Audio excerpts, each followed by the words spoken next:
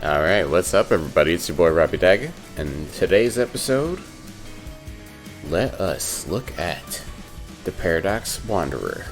Final Fantasy 13 2's Serah job. So, first things first, let's look at this outfit. Looks pretty good. Pink hair option for support. And then we've got a breaker roll in this job too. Turns her hair brown. The breaker roll is actually going to be awesome. An awesome addition here. I couldn't even tell you which one's better, honestly. They're both pretty damn good. I'm playing as the support right now for some single player antics. But as you can see here, and here's the... Let's see if I can show it here. Here's the necklace she gets. So that's her accessory. It's going to be the cocoon pendant from Final Fantasy 13. So all in all, looks pretty good. There's her weapon.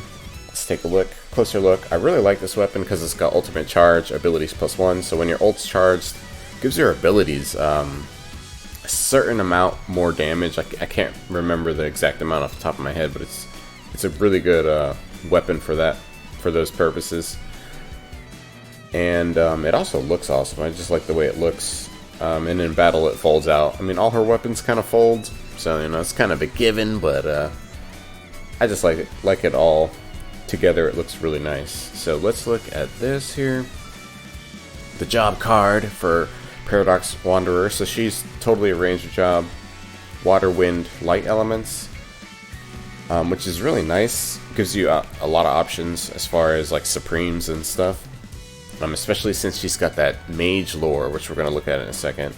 Her ult does ultimate arrow. It's an area attack. Mostly break focus, 15k on my attack power. We got 37k on my break. So much higher break there. 3 stars crit, which is kind of nice. So her ult does a prism shift. Increases resistance to all elements. Adds ranger's trance, barrier, wall. We'll take a look at that in a sec. And then as you can see, it doesn't really change depending on whether you're a breaker or ranger. I mean, whether you're a breaker or support, it just stays the same. So, clutch, barrier, faith, veil, snipe. 4 clutch abilities, 4 nice clutch abilities there actually, which I really like. Her only enhancement is a nice enhancement. We got water 175, 175% water. And then we've got a little bit of resistance here. Our only resistance is going to be resist fire 40. Piercing break 135%, nice for breaking. In our breaker side of things, we're going to skip over the element starter and extended break +4 because that's pretty standard. Painful break 125, very nice for that breaking. Also nice for the breaking is exploit weakness +200%. As long as you know what you're going up against and the elements you've got work, this job can be a really nice breaker in multiplayer for you. Improved crits 125%, just nice to have. Auto charge ult +5, always nice to see. The mage lore is amazing. It's going to give you just a lot more options, and it's really fun to use, and it makes this job, since you can use it as support or breaker. You've got ranger cards, you've got mage cards, you've got a lot of versatility in this job. Where I think it kind of lacks is it just doesn't excel really well in one area besides water damage. But I think it's well-rounded enough to be a good job for right now. Compared to the EX jobs that are coming out and that have come out, this job's a little bit less well-rounded. I mean, it's only a legend, a legend job versus an EX job. I would say EX jobs are definitely way better. So that's why I would say don't waste all your resources pulling for this one. It's nice to have. It's super fun to use, but honestly, it just doesn't have that same longevity that you really want. I mean, that being said, if you've got a ton of extra resources, I would say go for it. But if you're limited, or you don't grind as much as other players, perhaps, then this one isn't one that you need to have by all means necessary or anything like that. Moving on though, we've got the prism element starter +3. Really nice actually for breakers and supports in multiplayer, honestly. Prism return +15%, always nice to see. Flash break 75% flash break. It's alright, honestly.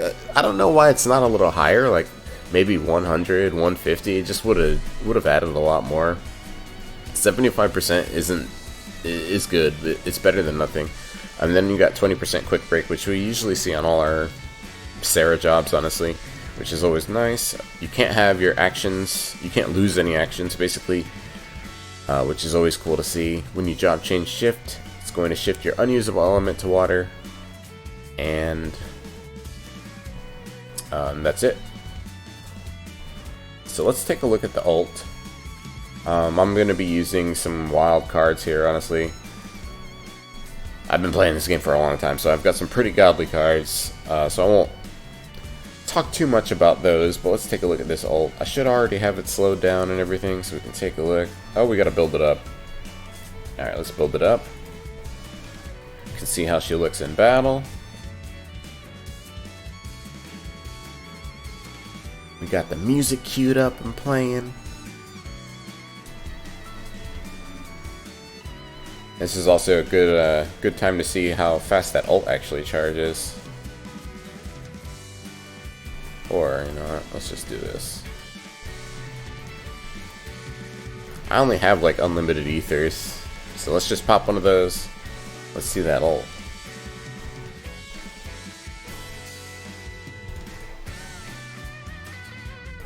Alright, perfect first target. Yeah, let's buff.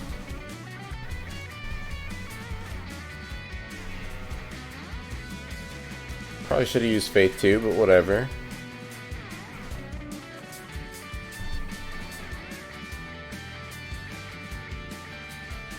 Got the little arrow going into the sky, and then, you know, rain in the arrow. It's very cool. Nice animation. So yeah, let me know. Let me know what you guys think about the Cocoon. Wait, was it Cocoon? No, it was Paradox Wanderer. Almost called her Cocoon Wanderer. But, you know, either way, whatever. Let me know what you guys think about her. I think she's alright. Very, very awesome job for right now, but I can definitely tell she's not going to be around. She's not the best at anything right now, so that kind of is a death sentence in the future for her. But, you know, in the future. So, yeah. Besides that, I hope you guys are... Let me know how you guys feel about the 13 event. I know if you've been playing this game for a while, this is... I mean, you've been through this event so many times. I'm thinking that that's why I didn't really cover it. I've covered it I think 2 or 3 times before, so I didn't feel like making a third video about the exact same thing. And you know, that's just the thing about Mobius. They're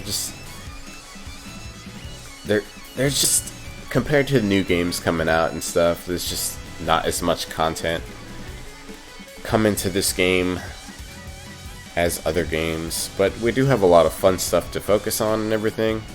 And that being said, when there is lulls in Mobius Final Fantasy, you know, we play other games, so you can always come by the Dreamer Society Discord and talk to us in there. We've got a whole section in there devoted to Mobius, and then we've got a whole other section in there devoted to other games. And this is a good time actually to mention that I'm actually working on a game right now. So if you guys do want to check that out, you can check it out right now for absolutely free. You don't have to pay anything. Just jump up in that Discord, go down to the Dreamer's Paradise section on the left, and then go to the DSRPG, and there's links in there right now. You can actually play an Android version that I made. So you can download the APK and play it as a mobile game, or you can just download the PC version and play it like a normal person. Just kidding. No, but yeah, either way, whatever you guys want to do. I have two stable versions right now. It is, you know, it's early alpha. There's a lot of base assets still in there, but I do plan on getting some talent to help me get some of those assets changed out. Maybe add some voice acting. Going for kind of a Valkyrie profile kind of art style there, but definitely with adult themes. This is definitely not a kids game, so if you're under the age of 18, you're probably gonna have to skip out on this one, or at least you know, get permission from your parents or whatever before you dive into this story, because there's definitely some adult themes in there. Not a kids game, but I do plan on making some other projects in the future that maybe a little more family friendly, I guess you could say.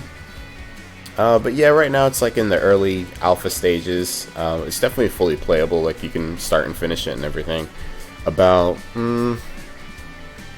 about 2 to 4 hours long, depending on how much you like to explore and do battles and stuff. But definitely something I'm still working on, and definitely something I've wanted to work on for a long time. So if you guys want to come by, show some support, that would be awesome. Either way, I will catch you guys on the next episode of Mobius or RPG Maker or whatever we're doing, whatever game we're playing. It's been a pleasure being your host. Hope you have an awesome day. Catch you on the next one.